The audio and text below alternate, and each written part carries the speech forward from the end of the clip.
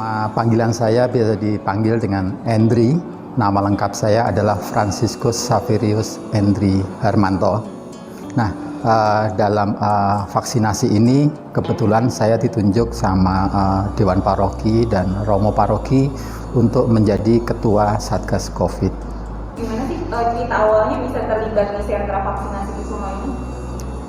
Iya, Mbak Lia, ini juga saya sendiri sebelumnya juga nggak menduga sampai kita bisa membuka sentra vaksinasi Kusuma seperti ini.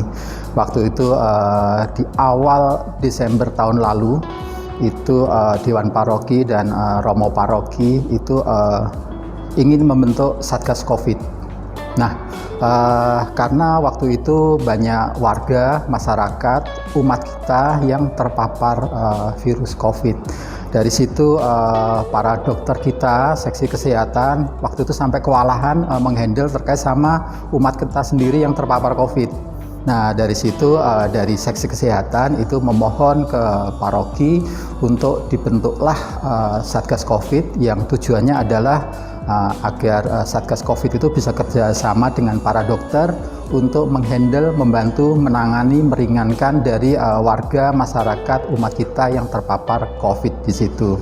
Nah, dari situ kami banyak bekerja sama dengan para dokter di Kusuma, klinik Kusuma ini, dan dalam perjalanan sampai di Januari, Februari itu kita banyak sekali membantu warga umat kita yang terpapar COVID. Itu kalau saya membayangkan memang satu hari itu bisa terkadang tuh yang terpapar bisa 2, 3, bahkan kami selalu tektokan dan merepotkan para dokter untuk kami minta bantuannya mereka untuk memberikan konsultasi, konseling secara jarak jauh, dan juga jika diperlukan itu juga memberikan bantuan obat-obatan setidaknya untuk meringankan para saudara kita yang terpapar COVID di situ.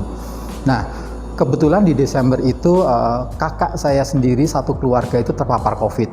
Bahkan suaminya itu sampai tidak tertolong dan meninggal. Dari situ saya merasakan kesedihannya mereka, ditinggalkan kekasihnya, satu keluarga ada yang hilang satu. Nah, itu saya merasakan bagaimana warga saudara kita yang terpapar COVID, sehingga kami minta bantuan sama tim PPTR, Panitia Penggerak Tahun Refleksi, untuk memberikan sumbangan setidaknya dana untuk makan mereka saat dia isolasi. Dari situlah kita banyak bekerja sama tim PPTR, sama dokter untuk bersama-sama membantu menolong mereka.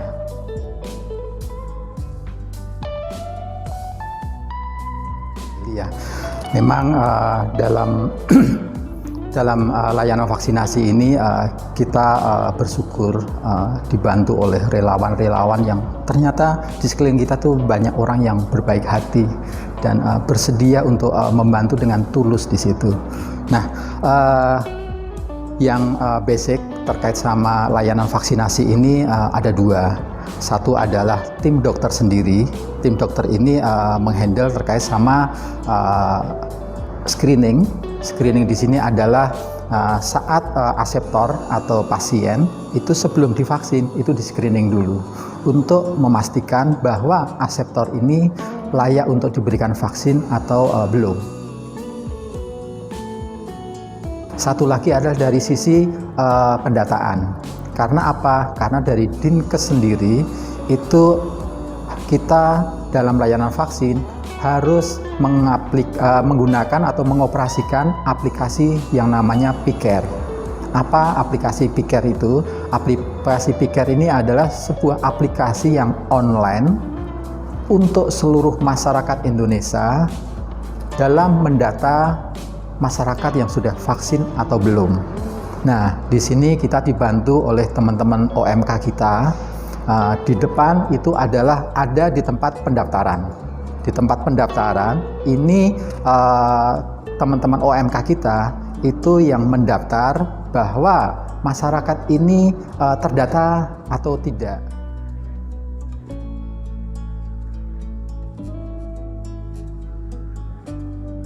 Ya, suka duka itu juga sukanya sih banyak, dukanya ya ada, tapi kita buat happy aja di situ gitu kan.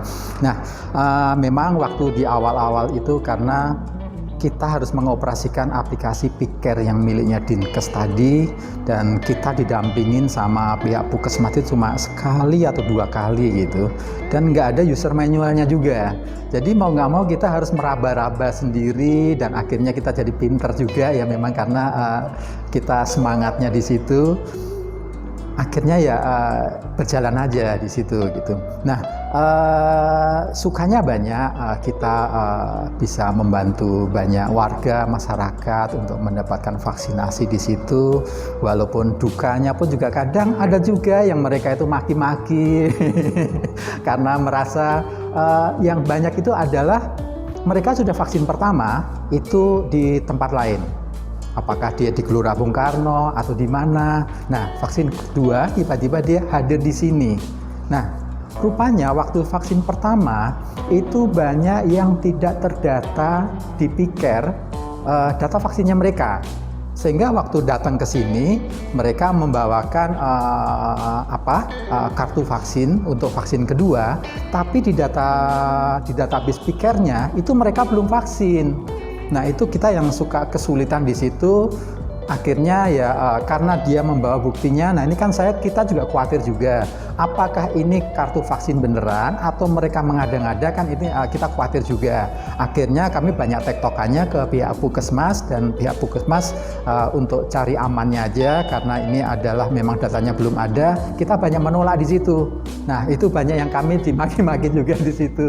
Tapi ya happy aja lah.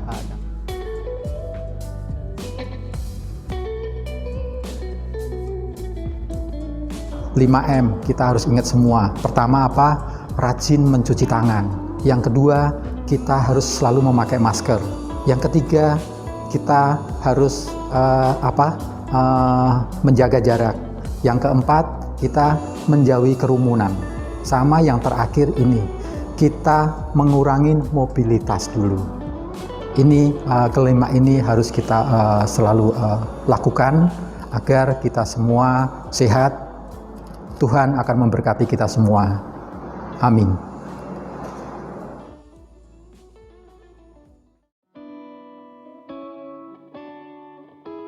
Mungkin ada informasi yang bisa disampaikan, terutama buat yang menonton acara ini terkait vaksin. Mungkin ada yang mau nanya, masih ada nggak sih nih, ada belum vaksin kedua atau gimana? Kapan lagi nanti diadakan kembali?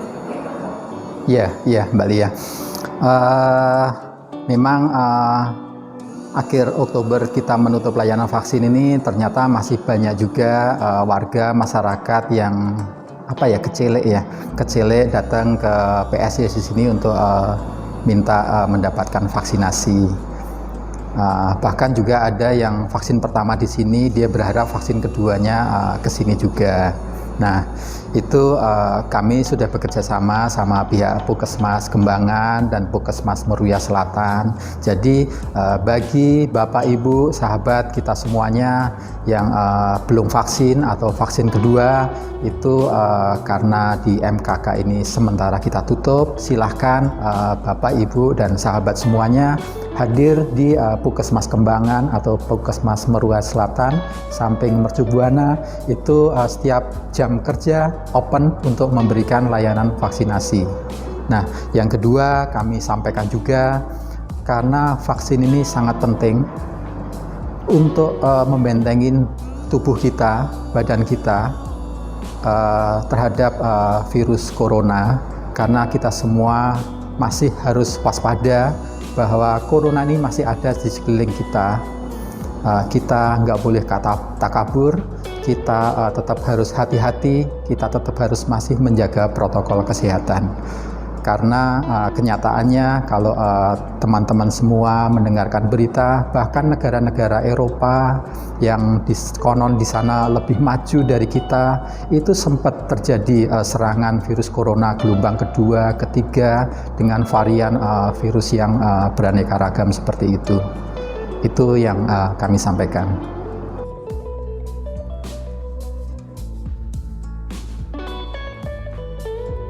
Iya, luar biasa Mbak Lia. Tim kita ini, teman-teman kita ini, sahabat kita ini, semuanya relawan yang dengan tulus membantu untuk membuat warga masyarakat sehat semua. Sehingga mereka semua pun juga tanpa minta dibayar, dengan sukarela membantu kita. Nah, tadi yang saya sampaikan, terima kasih kami sampaikan para dokter yang telah membantu dalam lancarnya, suksesnya kita memberikan layanan vaksinasi. Yang kedua, teman-teman OMK, kami tidak bisa sebutkan satu persatu, cukup banyak yang mereka dengan senang hati membantu mengoperasikan aplikasi Pikir miliknya Dinkes. Yang ketiga juga para Dewan Paroki, Romo, para Korwil yang semuanya membantu membuat kelancaran prosesi di acara layanan vaksinasi ini. Terus yang berikutnya itu juga dari tim HAK itu yang membantu di garda depan, mereka malah yang berhadapan dengan para warga masyarakat yang akan vaksin di sini. Mereka semua luar biasa, Tuhan memberkati kita semuanya di situ.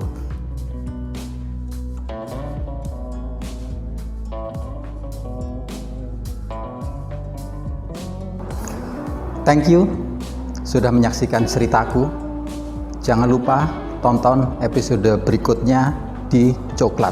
Apa itu coklat? Coba kenal aku lebih dekat. Bye-bye.